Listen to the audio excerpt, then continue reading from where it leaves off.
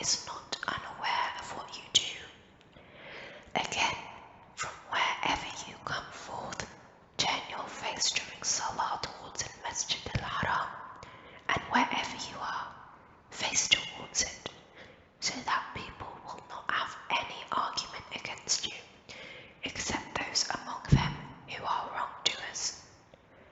Do not fear them, fear me, so that I may perfect my favours to you, and that you may be rightly guided, just as we bestowed our favour upon you when we sent among you a Rasul of your own, who recites to you our revelations, sanctifies you, teaches you the book and wisdom, and teaches you that which you did not know. Therefore, remember me, and I will remember you. Be grateful to me, and never deny me. O you who believe, seek my help with patience and prayer. Surely Allah is with those who are patient. Do not say about those who are slain in the cause of Allah that they are dead. Nay, they are alive, but you do not perceive it. We shall surely test your steadfastness with fear and famine, with loss of property, life, and produce. Give good deeds to those who endure with patience, who when afflicted with calamity say, we belong to Allah, and to Him we shall return. Such are the people on whom there are blessings and mercy from Allah, and they are the ones that are rightly guided. Behold, Safa and Marwa, two hills in Al-Masjid al-Haram, are among the symbols of Allah. So anyone who performs Hajj or Umrah to the house, there is no blame if one goes around. Between them and anyone who does good voluntary should know that surely Allah is appreciative, all-knower. Those who conceal the clear proofs and the guidance that we have revealed after we have made it clear in the book for mankind, will have Allah's curse, and that of those who are entitled to curse, except those who repent, reform, and let the truth be known. I will accept their repentance, for I am the receiver of repentance, the merciful. Surely those who are unbelievers and die while they are unbelievers, they are the ones on whom is the curse of Allah, the angels and all mankind. They will live in it forever, neither their punishment shall be lightened, nor shall they be given respite. Your God is one God. There is no one worthy of worship except to Him, the compassionate, the merciful.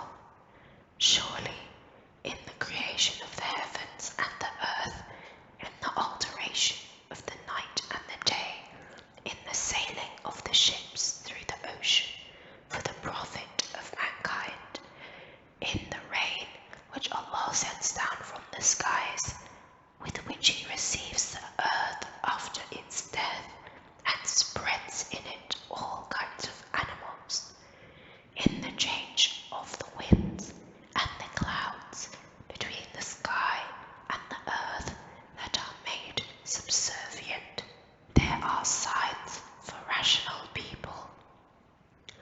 From the mankind, there are some who take for worship other deities beside Allah.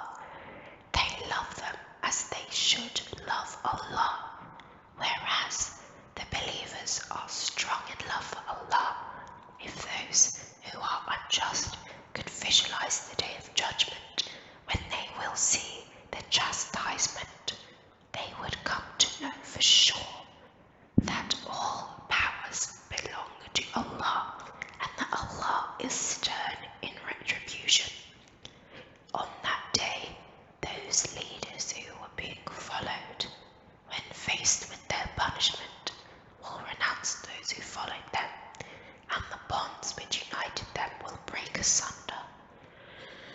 followers will say, if it could be possible for us to live again, we would renounce them as they have renounced us today.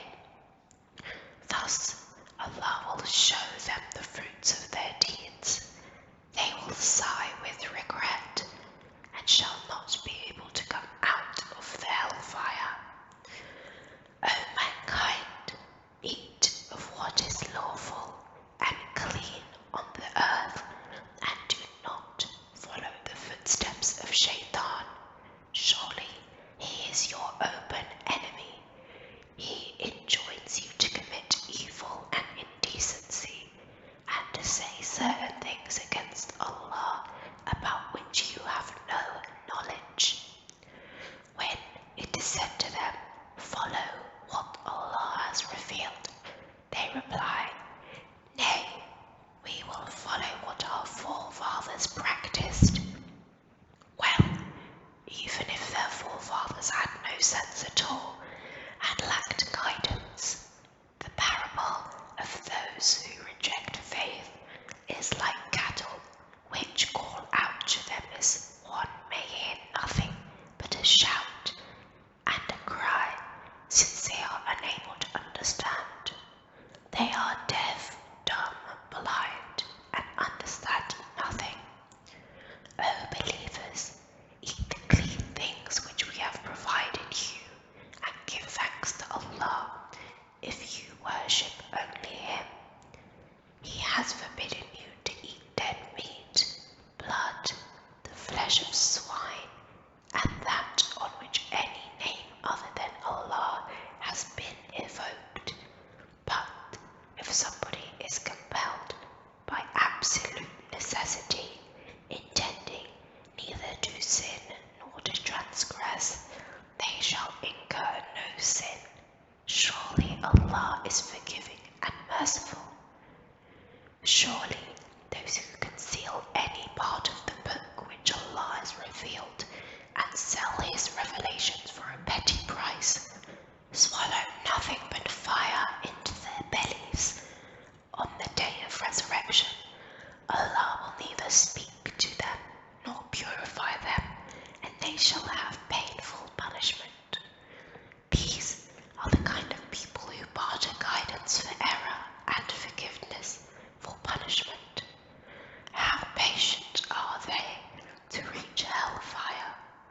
Their doom is because Allah has revealed the book with the truth. Surely those who argue about the book are in extreme schism, which means divergence.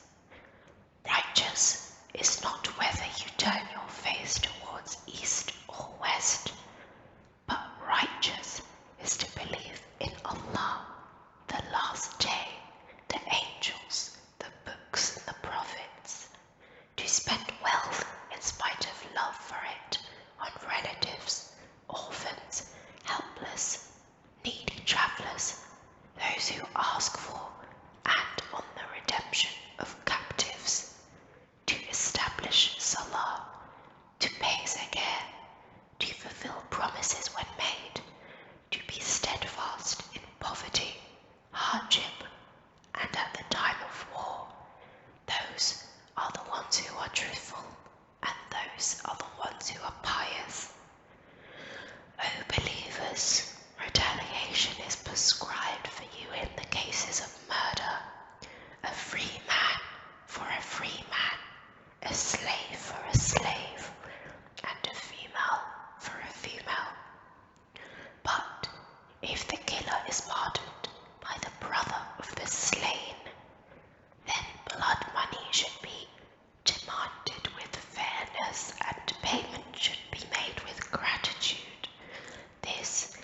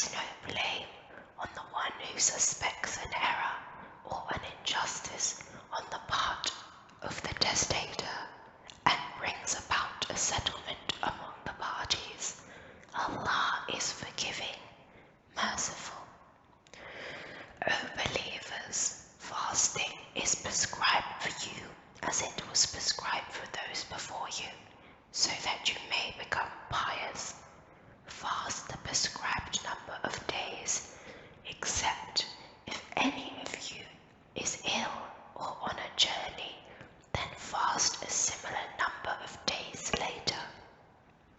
For those who cannot endure it for medical reasons, there is a ransom, the feeding of one poor person for each missed day.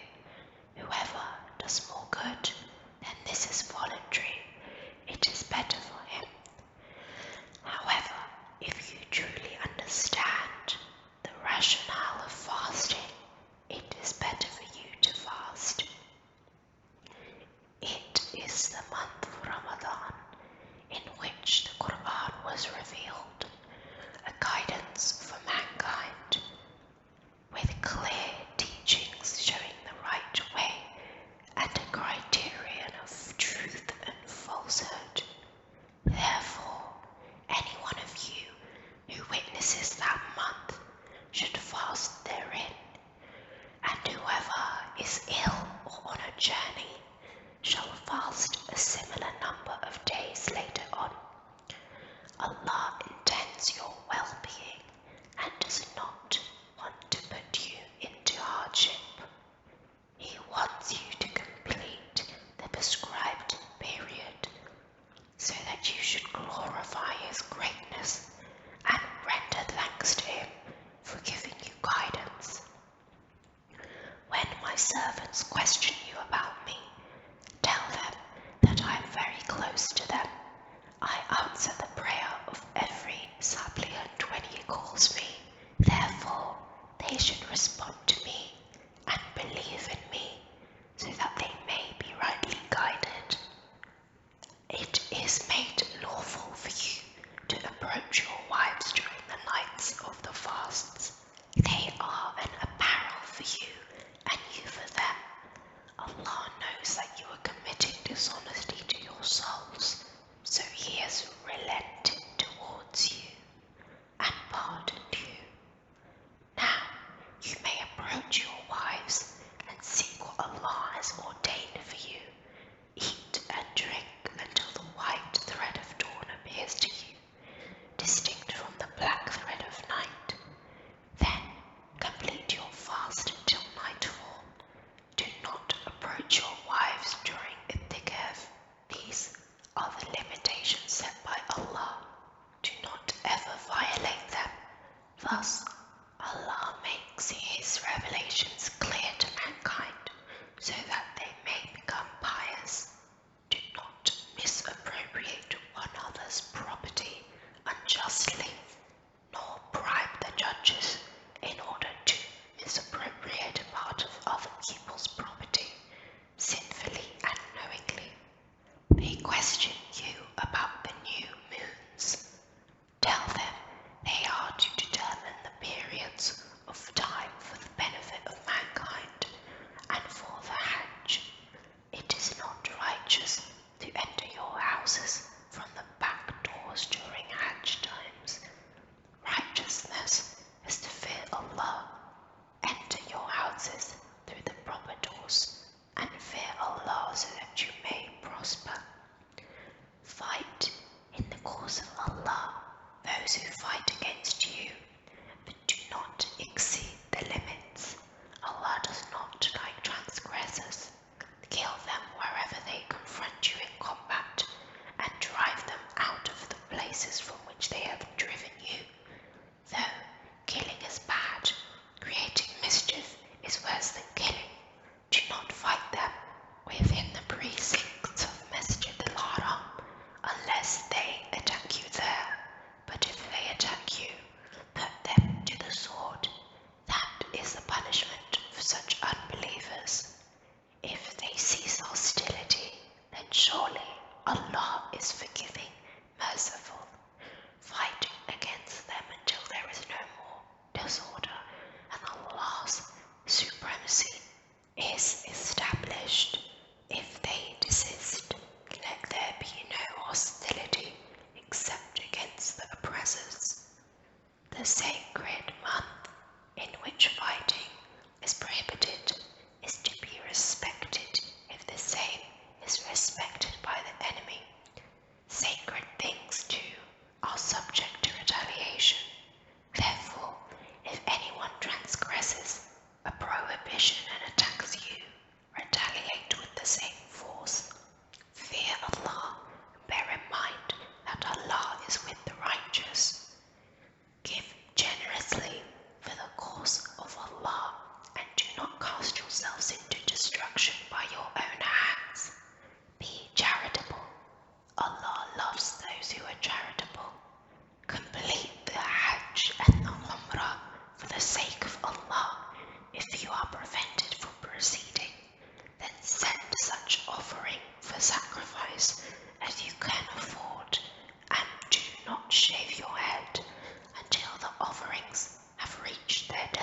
salvation. But if any of you is ill or has an ailment in his scalp, he must pay ransom, either by fasting or feeding the poor, or offering a sacrifice. If in peacetime anyone wants to take the advantage of performing Umrah and Hajj together, he should make an offering which he can afford. But if he cannot afford it, he should fast 3 days during the Hajj and 7 days on his return, making 10 days in all. This order is for the one whose household is not in the precincts of Al-Masjid al-Haram. Fear Allah and know that Allah is strict in retribution. Hajj is in the well-known months. One who undertakes to perform it must abstain from husband-wife relationship, obscene language, and wrangling during Hajj. Whatever good you do, Allah knows it. Take necessary provisions with you for your journey, but piety is the best of all provisions. Fear me, O people endowed with understanding. There is no blame on you if you seek the bounty of your Rabb during this journey. When you return from Havarat, praise Allah at Al-Mash'ar al-Haram. Praise Him as He has guided you, for before this you were of the people who had lost the right way. Then return from where the people return and seek Allah's forgiveness. Surely Allah is forgiving, merciful. When you have fulfilled your sacred duties, praise Allah as you used to praise your forefathers, or with deeper reverence. There are some who say, "Our Rabb, give us abundance in this world." Such people will not have any share in the hereafter. But there are others who say, "Our Rabb, give us the good life, both in this world and in the hereafter, and save us from the torment of the fire." Such people shall have their due share in both worlds, accordingly to what they have earned. Allah is swift in settling the accounts. Celebrate the praises of Allah during the appointed days, the 11th, the 12th, and 13th of Dhul Hijjah. There is no sin if anyone hastens to leave Medina after 2 days, and there is no sin to stay there a day longer, provided he spends these days in piety. Fear Allah, and remember that you will surely be gathered before Him. Among the people, there is one whose speech fascinates you in this worldly life. He may even call upon Allah to witness what is in this heart, yet he is your staunch opponent, and when he leaves you, he will direct his efforts towards causing mischief in the land, destroying crops and cattle. Allah, whom he makes his witness, does not like mischief. When it is said to him, "Fear Allah," arrogance cries him off to sin. Hell will be the proper place for such a person, which is indeed an evil refuge. And among people there is one who will give away his life to seek the pleasure of Allah. Allah is affectionate to His devotees. O believers, enter into Islam completely and do not follow the footsteps of Shaitan. Surely he is your open enemy. If you falter after clear signs have come to you, then keep in mind that Allah is mighty, wise. Are they waiting for anything other than Allah to come down to them in the covers of clouds and the angels and make His decision?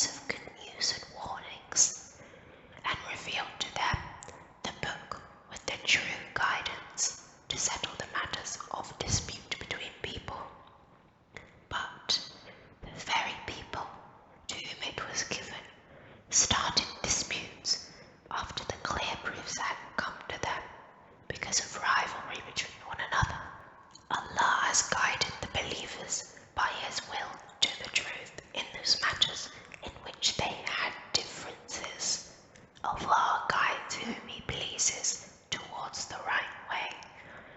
Do you think that you will ever enter paradise without any trials, while you have known the examples of those who passed away before you?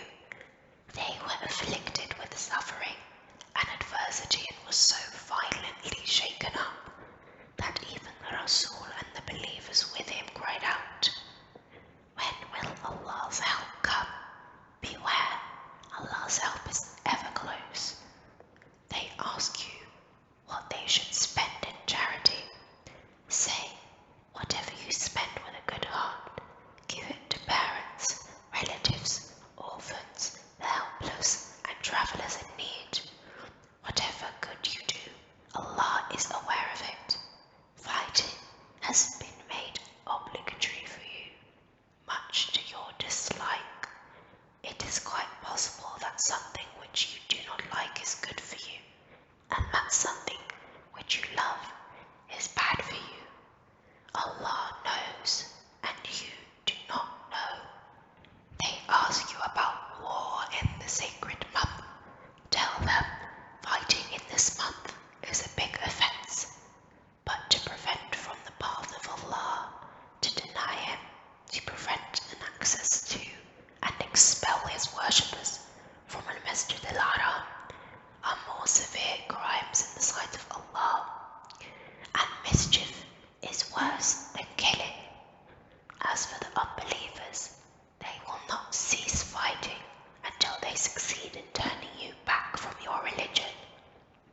If they can, if any of you turn back from his religion and dies as an unbeliever, his deeds will become void in this life and in the hereafter. He will be the inmate of the hellfire, to live in there forever. Surely those who believed, migrated and struggled in the path of Allah, they are the ones who can hope for the mercy of Allah. Allah is forgiving, merciful. They ask you about drinking and gambling. Tell them there is a great sin in both, although they may have some benefit for men, but their sin is greater than their benefit. They ask you what they should spend. Tell them what is beyond your needs. Thus Allah makes His revelations clear to you, so that you may reflect upon this world and the hereafter. They ask you about orphans. Tell them it is best to look for their welfare, and if you mix your affairs with theirs, then they are your brothers. Allah knows who means harm and who means their welfare. If Allah wanted, He could be hard on you in this matter. Surely Allah is mighty, wise. Do not marry Mushrik women until they become believers. A believing slave woman is better than a free Mushrik woman, even though she may be more attracted to you. Likewise, do not marry Mushrik men until they become believers. A believing slave is better than a free Mushrik, even though he may be more pleasing to you. These Mushrikeen invite you to the hellfire, while Allah invites you towards paradise and forgiveness by His grace. He makes His revelations clear to mankind so that they may heed. They ask you about menstruation. Tell them this is a discomfort, therefore keep away from women during their menstrual periods and do not approach them until they are clean again. When they have cleansed themselves, then you may approach them in the manner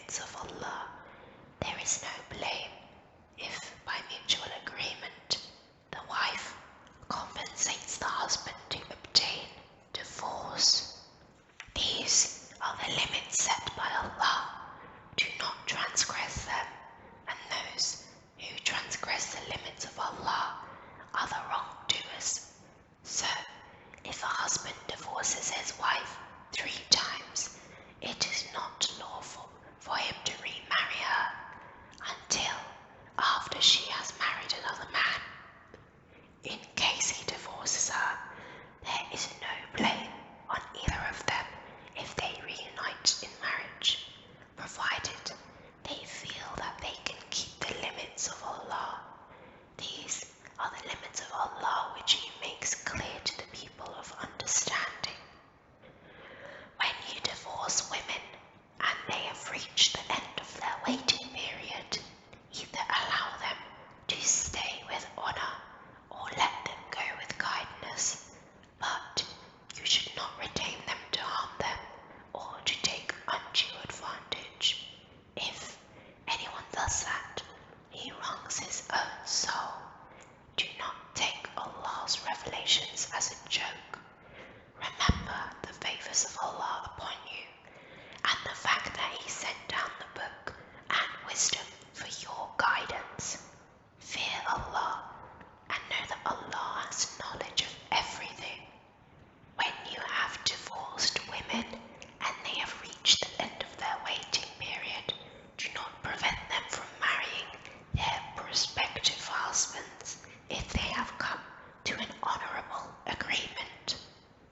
This is enjoined on everyone amongst you who believes in Allah and the last day. This is all virtuous and chaste for you. Allah knows what you do not know. The mothers shall breastfeed their offspring for 2 whole years if the father wishes the breastfeeding to be completed. The reasonable cost of their maintenance and clothing will be the responsibility of the child's father. No one should be charged with more than they can afford. Neither a mother should be made to suffer on account of her child, nor on a father account of his child. The father's heirs are under the same obligation, but if with mutual agreement they both decide to wean the child, there is no blame on them. If you decide to have a foster mother for your offspring, there is no blame on you, provided you pay what you have promised to pay in an honorable manner. Fear Allah and beware that Allah observes your actions. As for those of you who die and leave widows behind, let the widows abstain from marriage for 4 months and 10 days. When they have reached the end of this period, there is no blame on you for what they do for themselves in a decent manner. Allah is aware of what you do. There is no blame on you if you make a hint of marriage proposal during their waiting period, openly, or keep it in your hearts. Allah knows that you will naturally cherish them in your hearts. However, be careful not to make any secret agreement, except that you speak to them in an honorable manner. Do not confirm the marriage tie until the prescribed waiting period expires. You should know that Allah is aware of what is in your hearts, so fear Him. Bear in mind that Allah is forgiving, forbearing. There is no blame on you if you divorce women before the marriage is consummated or the dowry is settled. Pay them something, anyhow, the rich man according to his means, and the poor according to his, a reasonable amount in all fairness. This is an obligation on the righteous people, and if you divorce them before the marriage is consummated, but after the fixation of a dowry, give them half of their dowry, unless the woman wants to waive it, or the man, in whose hand is the marriage tie, agrees to forego. To forego and give full dowry is closer to piety. Do not forget to show kindness to each other. Surely Allah observes your actions. Guard your salah, especially the middle salah, and stand up with true devotion to Allah. If you are in danger, pray on foot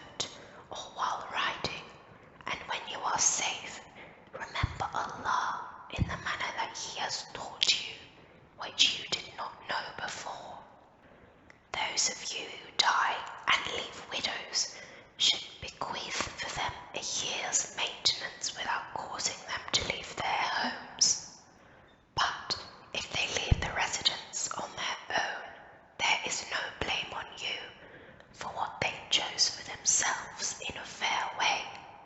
Allah is mighty, wise. Reasonable provisions must also be made for divorced women. That is an obligation upon those who fear Allah. That's how Allah makes His revelations clear to you, so that you may understand.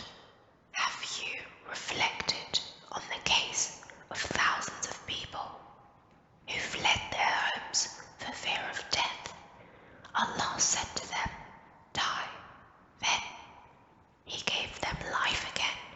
Surely Allah is bountiful to mankind, but most of the people do not pay thanks. O believers, fight in the path of Allah without fear of death, and bear in mind that Allah hears and knows everything. Who will loan to Allah a beautiful loan, which Allah will increase manifold? Allah alone can decrease and increase wealth, and to Him you all shall return.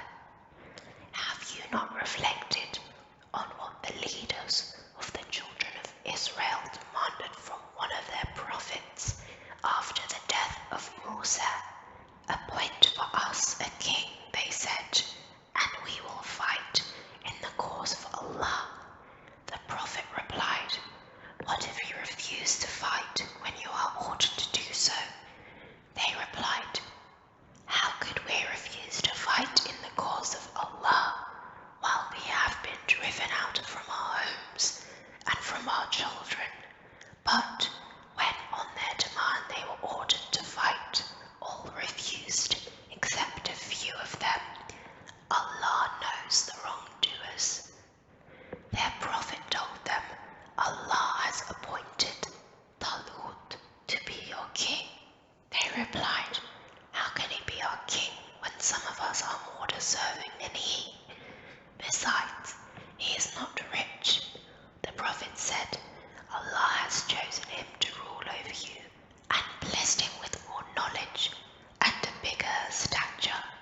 Allah grants kingship to whom He pleases, and Allah is all sufficient for His creatures' needs and all-knowing." Furthermore, their prophet told them, "The sign of His appointment as a king is that there will come to you the chest in which there is tranquility from your Rabb, the residue of relics which the family of Musa and the family of Harun left behind, and that chest will be carried by the angels. Surely therein is a sign for you if you are true believers." When Talut marched forth with his army, he said, "Allah will test you at a certain river. Anyone who will drink from its water shall cease to be my soldier, and those who will not drink to quench their thirst with its water, except a sip or so from the hollow of their hands, shall fight on my side." They all drank from it in spite of this warning, except a few of them. When he and those who believed with him crossed the river, they said, "We have no power left this day against Jalut and his warriors." But the believers who knew they would meet Allah replied, "It does often happen that a small group, by the grace of Allah, has vanquished a mighty army. Allah is with those who endure with patience." When they advanced to visit Jalut and his warriors, they prayed, "Our Rabb, fill our hearts with steadfastness and make our steps firm, and help us against the unbelievers." They put the unbelievers to fight by the leave of Allah, and Dawood killed Jalut. Allah gave Dawood the kingdom and wisdom,